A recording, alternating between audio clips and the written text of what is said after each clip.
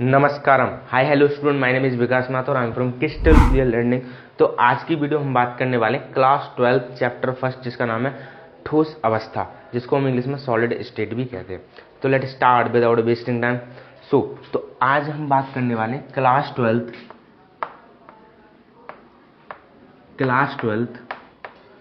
Chapter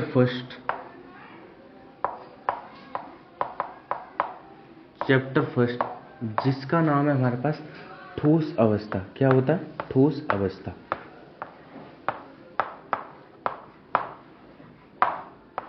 ठोस अवस्था और जिसको हम इंग्लिश में क्या बोलते हैं? Solid state.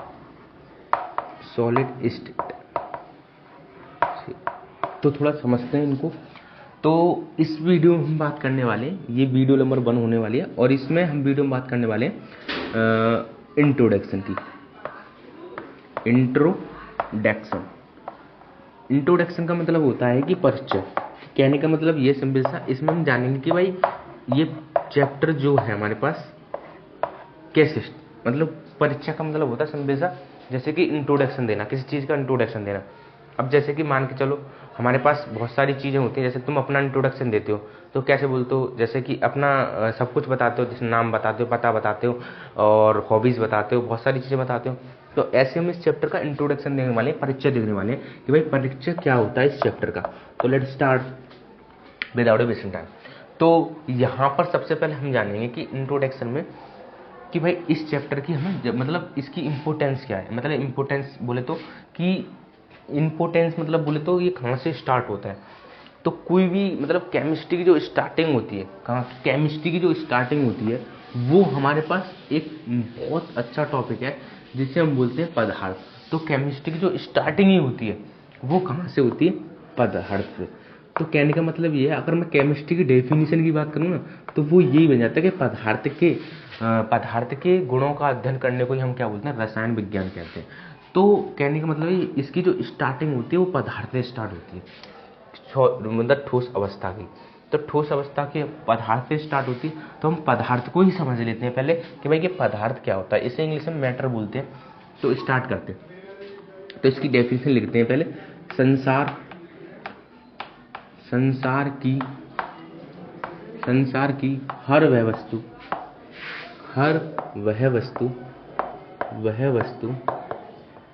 वस्तु जिसमें कुछ द्रव्यमान होता है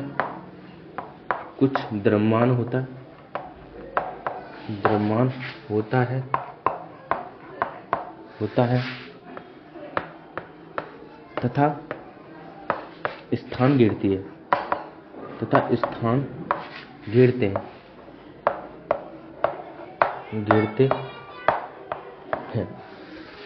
पदार्थ कहलाते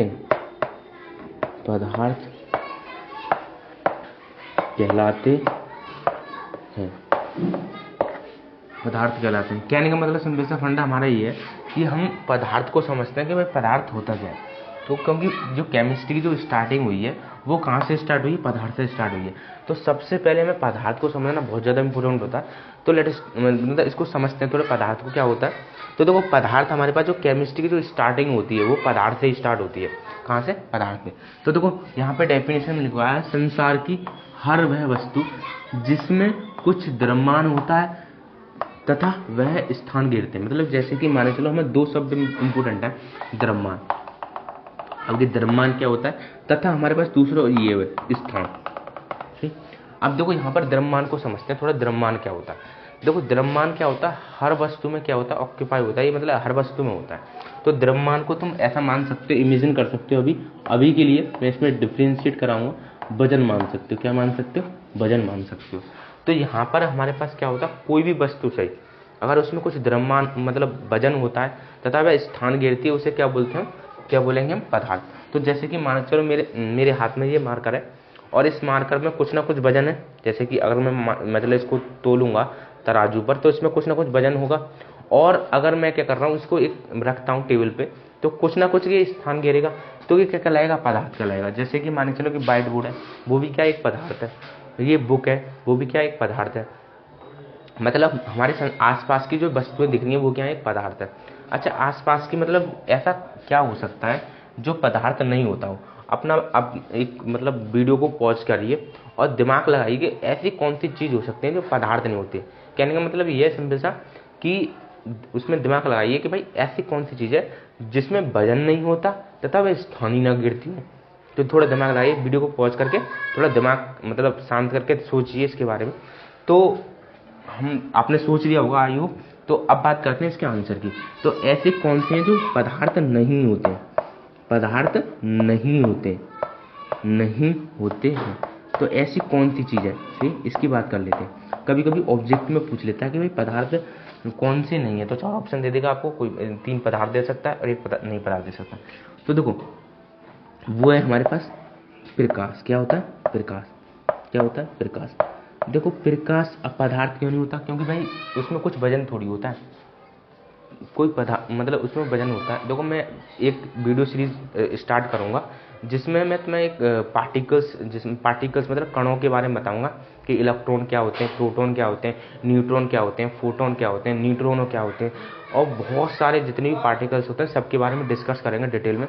लेकिन अभी हम थोड़ा समझ लेते हैं कि जो प्रकाश होता है हमारे पास वो किससे मिलकर बना होता है, फोटोन से मिलकर बना होता है। किससे, फोटोन। मतलब फोटोन क्या होते हैं, जैसे कि वो मासलेस होते हैं। क्या होते हैं, मास मतलब उसमें क्या नहीं होता, द्रव्यमान नहीं होता, और जिसमें द्रव्यमान ना होगा तो वो क्या कहलाएगा, पदार्थ नहीं कहलाएगा। तो ये जो हमारे पास प्रकाश है वो फोटोन से मिलकर बनते हैं। फोटोन क्या होते हैं, एनर्जी ऊर्जा के छोटे छोटे पैकेट होते हैं। पैकेट जैसे कि ये बात बताई थी हमारे अल्बर्ट आइंस्टाइन ने, जैसे उन्होंने 1905 में बताई थी ये वाली बात कि भाई जो प्रकाश है हमारे पास वो किससे मिलकर बना होता है, छोटे छोटे एनर्जी के पैकेट होते हैं उनसे मिलकर बना होता है। उसमें कोई मतलब वजन नहीं होता, सिंपल सा वो स्थान नहीं गिरते। तो ये हम आगे डिस्कस करेंगे कि भाई जो प्रकाश है वो स्थान नहीं गिरता तथा उसमें कुछ वजन भी नहीं होता है। तो जो प्रकाश है सिंपल सी बात है, प्रकाश कोई स्थान गिरता, तुम अपने दिमाग से सोचो, प्रकाश कोई स्थान गिरता नहीं गिरता, या उसमें कोई वजन होता नहीं गिरता। अच्छा, और क्या क्या एग्जाम्पल हो सकते हैं जो पदार्थ नहीं होते। तो ये तो हमारे समझ में आ गया कि फोटोन से मिलकर बनते हैं। तो कहने का मतलब सिंपल सा, जो फोटोन से मिलकर बने होते हैं उन्हें क्या बोलते हैं, जो मध्य पदार्थ की कैटेगरी में नहीं होते हैं। अच्छा, आगे थोड़ा समझ लेते हैं।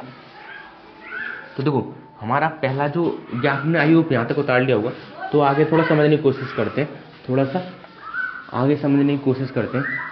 और कौन से एग्जाम्पल हो सकते हैं जो पदार्थ नहीं होते। तो देखो पहला तो प्रकाश होता है हमारे पास, क्या होता है प्रकाश, प्रकाश पदार्थ की कैटेगरी में नहीं आता है। ठीक, अब वो जैसे कि मान लीजिए चलो हमारे पास वो किससे मिलकर बना होता था, फोटोन से मिलकर बना होता था। किससे, फोटोन से मिलकर बना होता है, इसलिए वो पदार्थ नहीं कहलाता। अच्छा, एक हमारा हो सकता है आवाज़, हम बोलते हैं, क्या होते हैं, बोलते हैं, तो वो भी तो हमारे पास स्थान नहीं घेरता।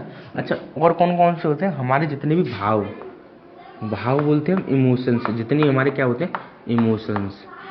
देखो जितनी हमारे क्या होते हैं, इमोशंस बोले तो जैसे कि हमारे पास गुस्सा जो करते हो तुम, उसमें कोई वजन होता है, नहीं होता है ना जिसमें कोई स्थान गिरता है, अरे कोई स्थान थोड़ी गिरता है। जितने भी इमोशंस होते हैं हमारे वो पदार्थ की कैटेगरी में नहीं आते हैं। अच्छा, अब बात करते हैं नेक्स्ट, हम क्या बात करेंगे, हमने ये जान लिया कि पदार्थ क्या होते हैं, और हमने ये भी जान लिया कि पदार्थ कौन से नहीं होते, ये भी जान लिया। आगे हम डिस्कस करेंगे थोड़ा सा पदार्थ की अवस्थाएं। क्या डिस्कस करेंगे, पदार्थ की अवस्थाएं। तो नेक्स्ट हम स्टार्ट करते हैं पदार्थ की अवस्थाएं। क्या करते हैं, पदार्थ की अवस्थाएं। तो करते हैं फिर पदार्थ की अवस्थाएं। तो देखो पदार्थ की अवस्थाएं ये हम पढ़ने वाले हैं नेक्स्ट टॉपिक में। ठीक, पदार्थ की अवस्थाएं। ठीक, देखो वैसे तो हमारे पास पदार्थ 5 अवस्थाओं में पाया जाता है, लेकिन हम इसमें सिर्फ 3 अवस्थाओं के बारे में जानेंगे क्योंकि हमें इतनी ही ज़रूरत है। ठीक, जो हमारे पास पदार्थ की जो अवस्था होती है वो कितनी होती है, 3 होती हैं। कितनी होती हैं, 3 होती हैं। तो कौन कौन सी होती हैं 3, देखो पहले तो हमारे पास होती है ठोस, क्या होती है, ठोस। और दूसरी जो होती है हमारे पास होती है द्रव, और तीसरी जो होती है हमारे पास कौन सी होती है, गैस। कौन सी होती है, गैस। देखो हमारे पास पदार्थ की 3 अवस्थाएं होती हैं, एक तो ठोस होती है, एक द्रव, एक गैस। ठीक, अब हम जो है इस चैप्टर में नोट पॉइंट वाली बात है, नोट कर लेना इसे। नोट कौन सी है कि इस चैप्टर में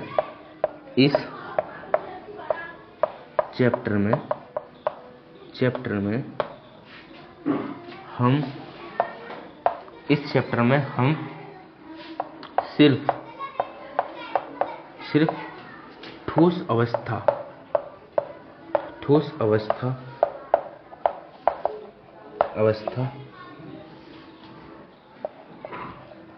की करने वाले हैं। तो सिंपल सा फंडा, हम इस चैप्टर में क्या करेंगे, सिर्फ ओनली फॉर ठोस जो हमारे पास अवस्था है उसकी स्टडी करने वाले हैं। तो हमारे पास ये समझ में आ गया कि जो पदार्थ की अवस्था है वो हमारे पास कितनी होती है, 3। तो हम इसके गुण को हम नहीं जानते क्योंकि हमारे सिलेबस में है नहीं, ये हमारे पास सिलेबस में भी है नहीं। तो आगे जब जरूरत पड़ेगी तो हम उसका अध्ययन भी करेंगे, सही है। लेकिन अभी हम ठोस के बारे में जानते हैं ज़्यादा डिटेल में, क्योंकि हमारे ठोस ज़्यादा मतलब इस चैप्टर में नाम ही हमारे पास ठोस अवस्था से स्टार्ट होता है। तो सबसे पहले जान लेते हैं ठोस अवस्था के गुण। क्या जान लेते हैं, ठोस अवस्था के गुण। तो नेक्स्ट हेडिंग लगाते हैं हम ठोस अवस्था के गुण। क्या लगाते हैं, ठोस अवस्था के गुण, ठोस अवस्था के गुण। तो नेक्स्ट हेडिंग डालते हैं हम ठोस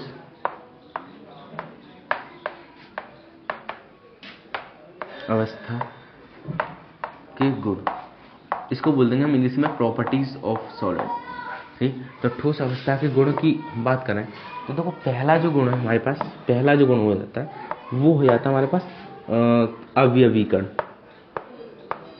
अवयवीकरण, देखो पहले इसको मतलब गुण नहीं, मतलब एक पहले समझ लो अवयवीकरण क्या होते हैं। तो देखो अवयवीकरण क्या होते हैं, कोई भी पदार्थ है, क्या है, कोई भी पदार्थ है, अगर वो पदार्थ जिन कणों से मिलकर बना होता है उसे क्या बोलते हैं हम, अवयवीकरण। अब जैसे कि ये चौक है, सही, चौक है, और ये चौक जो है हमारे पास, ये चौक जिन कणों से मिलकर बनी है उसको क्या बोल देंगे हम, अवयवीकरण बोल देंगे। जैसे कि पानी है, पानी जिन कणों से मिलकर बना होता है उससे क्या बोलते हैं, अवयवीकरण। तो अवयवीकरण हमारे पास होते हैं जो मतलब कि जिनसे पदार्थ मिलकर बना होता है उसे क्या बोलते हैं हम, अवयवीकरण। क्या बोलते हैं, अवयवीकरण। आपको समझ में आ रहा होगा। तो अवयवीकरण क्या होते हैं हमारे पास, जो मतलब जिनसे पदार्थ मिलकर बना होता है उन्हें क्या बोलते हैं, अवयवीकरण। तो हम क्या बोल देंगे, इसकी जो पहला जो गुण है हम लिख लेंगे इसमें। तो पहला जो गुण हो जाएगा ठोस में, क्या, ठोस में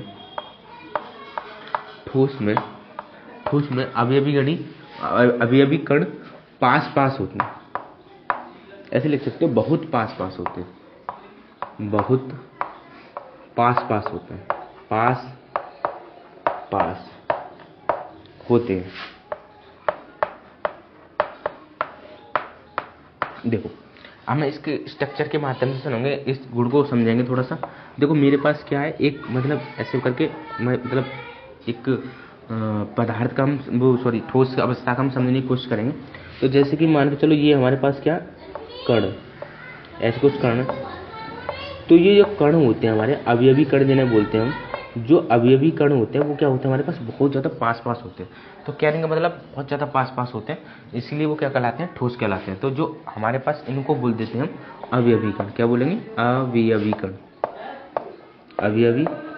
तो अवयवीकरण में इतना बार क्यों फोकस कर रहा हूँ, क्योंकि इस चैप्टर में बहुत ज़्यादा इंपॉर्टेंट है अवयवीकरण कि जो शब्द है ना, बहुत ज़्यादा इंपॉर्टेंट है, क्योंकि इसमें ज़्यादातर डेफिनेशन जो बनती है ना अवयवीकरण के बेसिस पे बनती है, ठीक।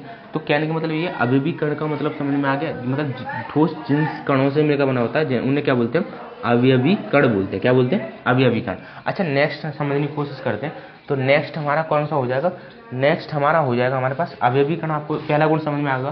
तो पहला गुण क्या हमने क्या समझा कि जो ठोस होता है ना, ठोस होता है, ठोस के जो कण होते हैं वो क्या होते हैं, बहुत ज़्यादा पास होते हैं। अब पास होते हैं तो पास होने के कारण इनका दूसरा जो गुण है वो कौन सा हो जाएगा।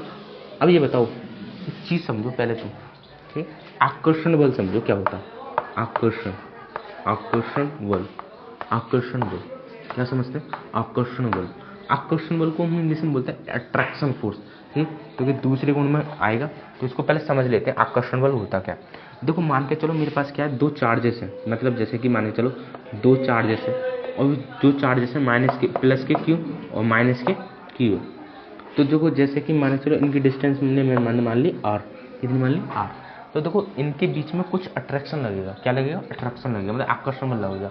जैसे कि मान के चलो भाई दो कण है, क्या है, दो कण है, वो किसी ना किसी से फोर्स से तो भाई चिपके होंगे, ऐसी बात नहीं है भाई, वो ऐसे ही रैंडम मतलब ऐसे देख भाई, दो चीज़ों को तो मैं स्टेबल करना है, तो वो मतलब हमें कोई फोर्स लगाना पड़ेगा, ऐसे थोड़ी है कि वो बिना फोर्स के स्टेबल हो जाएंगे। अब पृथ्वी जो है सन से जो पृथ्वी है और सन से वो ऐसे घूमते हैं, अगर फोर्स नहीं होता इनके बीच में तो पृथ्वी और कहीं होती और सूर्य और कहीं होता, ये फोर्स नहीं होता तो कोई भी दो पार्टिकल्स होते हैं उनके बीच में क्या होता है, एग्जिट करता है आकर्षण बल। क्या करता है, आकर्षण बल। जो पृथ्वी और सूर्य की मैंने बात करी है उसमें मतलब ग्रेविटेशन फोर्स पाया जाता है। अच्छा, इसमें बात करें तो कोई भी दो पार्टिकल्स होते हैं दुनिया के, कोई भी मतलब कण ले लो, उनमें आकर्षण बल या मतलब प्रति आकर्षण बल पाएगा, ठीक, या तो आकर्षण हो सकता है या प्रति आकर्षण। तो वो हम बात करेंगे प्रति आकर्षण के बारे में, तो पहले हम आकर्षण की बात कर ले रहे हैं। तो देखो यहाँ पर मैंने ये एक ठोस में, यहाँ पर ठोस में आकर्षण बल बहुत अधिक होता है,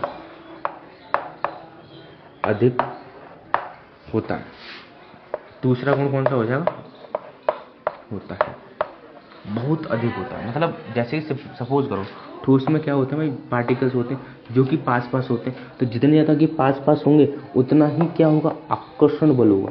क्या होगा, आकर्षण बल होगा। जितने ज़्यादा पास होंगे पार्टिकल्स उतना ही क्या होगा, आकर्षण बल होगा। सही, बहुत ज़्यादा आकर्षण बल होता है किसमें, ठोस में। अच्छा, तीसरे गुण की बात कर लेते हैं। तीसरे गुण कौन सा हो सकता है, तीसरे गुण, तो एक चीज़ समझो तुम, तीसरे गुण में लिख सकते हो आप गतिज ऊर्जा। गतिज ऊर्जा, अब ये गतिज ऊर्जा क्या होती है इसको थोड़ा समझ लेते हैं। पहले गतिज ऊर्जा को समझ लेते हैं।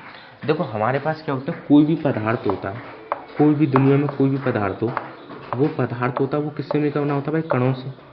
किससे मिलकर बना होता है, कणों से। अब इन कण जो होते हैं हमारे पास ऐसे कुछ टाइप में निकालते हैं। तो देखो इन कणों की जो गति करने के वजह से, मतलब कोई रैंडम कहीं भी गति कर सकता है, ठीक, कोई भी कहीं भी गति कर सकता है ऐसे करके, ठीक। इन कणों के गति करने की वजह से जो ऊर्जा उत्पन्न होती है उससे हम क्या बोलते हैं, गतिज ऊर्जा। क्या बोलते हैं, गतिज ऊर्जा। जैसे कि मान के चलो हमारे पास पानी है, तो पानी के जो कण हैं वो क्या करते रहते हैं, उसमें गति करते रहते हैं। तो वो गति करने की वजह से जितनी ऊर्जा उत्पन्न होती है उससे क्या बोलते हैं हम, गतिज ऊर्जा। तो गतिज ऊर्जा आपको समझ में आ चुकी होगी कि भाई जितने ज़्यादा पार्टिकल्स गति करेंगे मतलब भागेंगे तो वो क्या होंगे, हमारे पास उतनी ज़्यादा ऊर्जा उत्पन्न होगी। ठीक, अब ये बताओ यहाँ पर गतिज ऊर्जा ठोस में कैसी होगी, ठोस में अधिक होगी कि सबसे कम होगी, थोड़ा सोचो, दिमाग लगाओ।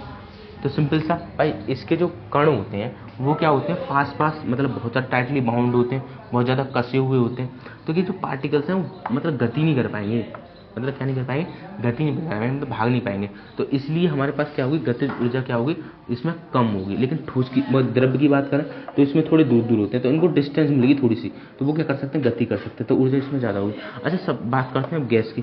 तो गैस में क्या होता है, बहुत ज़्यादा दूर होते हैं, तो वो क्या कर सकते हैं, और ज़्यादा गति करेंगे, तो जिससे कारण क्या होगी, गतिज ऊर्जा और ज़्यादा उत्पन्न होगी। तो कहने का मतलब सिंपल सा फंडा ये है हमारे पास कि जो गतिज ऊर्जा होती है वो हमारे पास जो ठोस में होती है वो सबसे ज़्यादा क्या होती है, कम होती है, सबसे कम होती। क्या होती है, सबसे कम होगी। किसमें, तीन अवस्था होती है ना, ठोस द्रव गैस, तो ठोस में सबसे ज़्यादा क्या होगी, कम होगी।